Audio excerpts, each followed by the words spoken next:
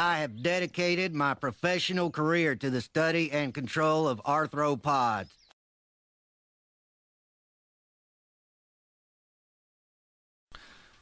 Hello, this is video 2 for the day. On a roll here.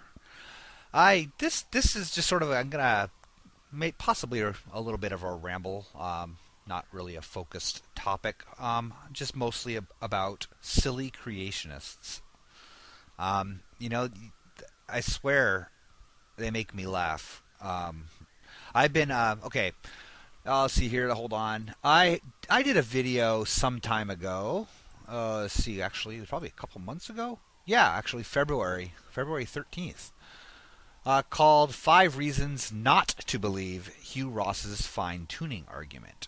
If you recall, if anybody watched it, Hugh Ross has on his webpage like 156 reasons why the Earth had to be created. And some of them on there, I just chose 5 wherein the arguments that he actually uses scientific gobbledygook, just literally makes up phrases and stuff like that have really big words, but that have no meaning whatsoever. Obviously designed to confuse the stupid. And not that that's hard to do, but nonetheless. But anyway, that all aside, what I thought this was the funniest thing is that after just recently, in the last couple of weeks, actually last week, I started getting a bunch of PMs and a bunch of comments on that page by a creationist called Phillynotebook. I'll put a link up to his channel. I don't think he has any videos. Just he doesn't have anything to posted. But anyway, this Phillynotebook, and it just, I mean, first of all, Philly, thank you. You gave me a great deal of amusement. And I just think it's funny because it could be like a poster child for creationist stupidity. Okay. Very, very first thing. I'll see if I can read these to you here. I'm not going to probably. I don't know how long it'll be. Very first message I got from Phillynotebook said, "So you believe that life came from a rock and water, inorganic to organic. Presto, changeo, poof." Okay. Now you might know that life came from a rock. You know that old Hovind argument, or Hovind straw man. And I thought that was hilarious. Just putting it that way. And then later on, he wrote here a couple of things. I responded back to him about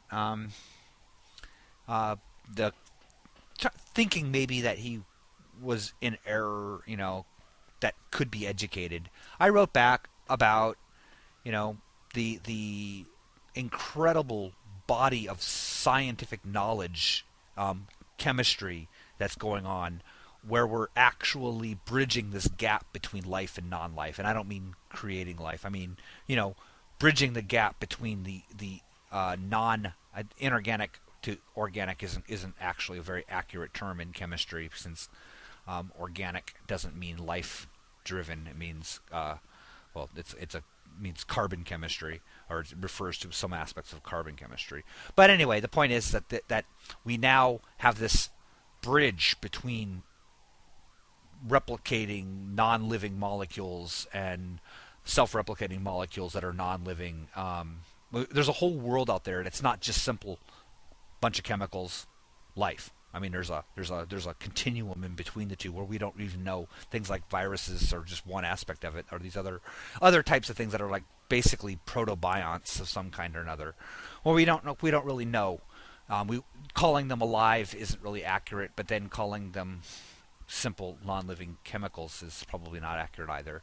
Anyway, and that's becoming, we're learning more and more about it. Anyway, so I wrote a little brief description to this, and he said to me, "I don't buy it. Life cannot come from rock and water or non-living organic chemicals." And I responded, "Luckily, science progresses despite your lack of belief or knowledge of the process." And then it goes on and on and on. And I talk about the models of self-replicating pre-RNA chains.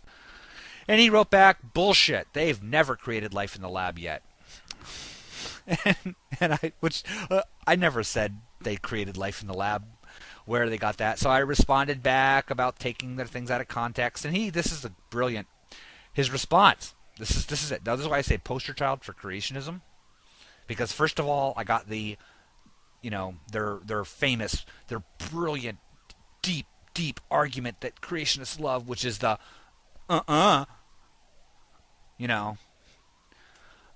that the best I can come up with is I can't see how that can happen, so therefore it didn't happen.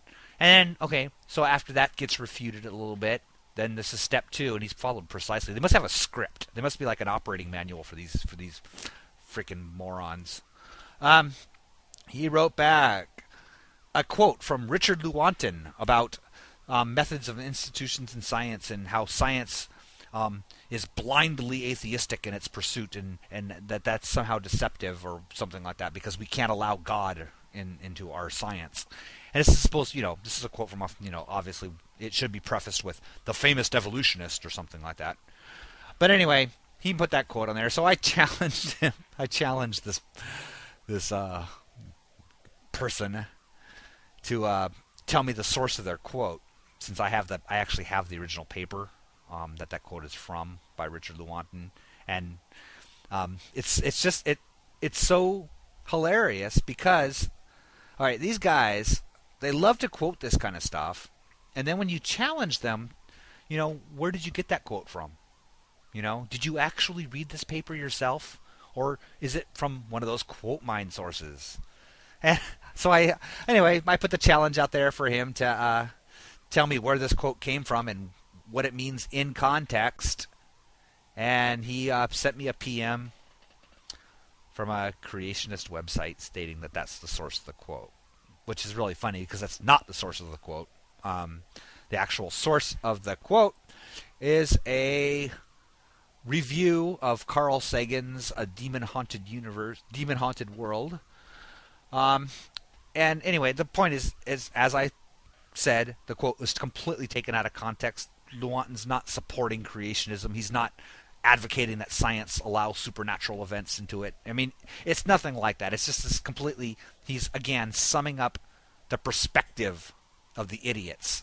Okay? That's what that quote's about, is he's summing up the mindset of the unwashed masses and why they can't accept science because it's complicated and hard and is often overturned in favor of simple God-did-it explanations. That's what he's talking about. And anyway, this mollusk didn't even have a clue that's what it was about. And then, so after I refuted that little thing there, this thing, I think it was a PM he sent me. Yeah. He followed up, of course, with a Bible quote from Romans. Now see, step 1 didn't happen that way. Step 2, quote mine from an evolutionist. And step 3, a Bible quote about how unrighteous we are. And that's the last I've heard of him. And it's like, I thought, this guy could, he's like if I was, I don't know, creating a museum, the Idiots Museum or something like that. And I wanted a good example of a creationist, like the type specimen of a creationist mentality. That pretty much sums it up just by the methodology, this whole little exchange I had here. And it's funny to me that these people, they don't have a clue, okay? This is what I can't even grasp. The hubris comes to mind is I guess the only word that describes it, okay? Now, there are vast areas of world knowledge that I am completely ignorant about. Don't know squat about. Oh, we'll say 19th century German literature, okay? I don't know the first fracking thing about it, okay? I probably, if I was pressed, I could probably come up with an author maybe. I'm not positive about that, but so, with that admission, would I go into a 19th century German literature discussion group where the experts, people with advanced degrees in this subject, are discussing the finer points of it, and just step in there and throw out this opinion as if I'm educated in the field, right? Would I do that? Would anybody do that? Well, I'd like to think not. But there you got these creationists doing exactly that. So, anyway, I'm out of time. I'll talk to you later.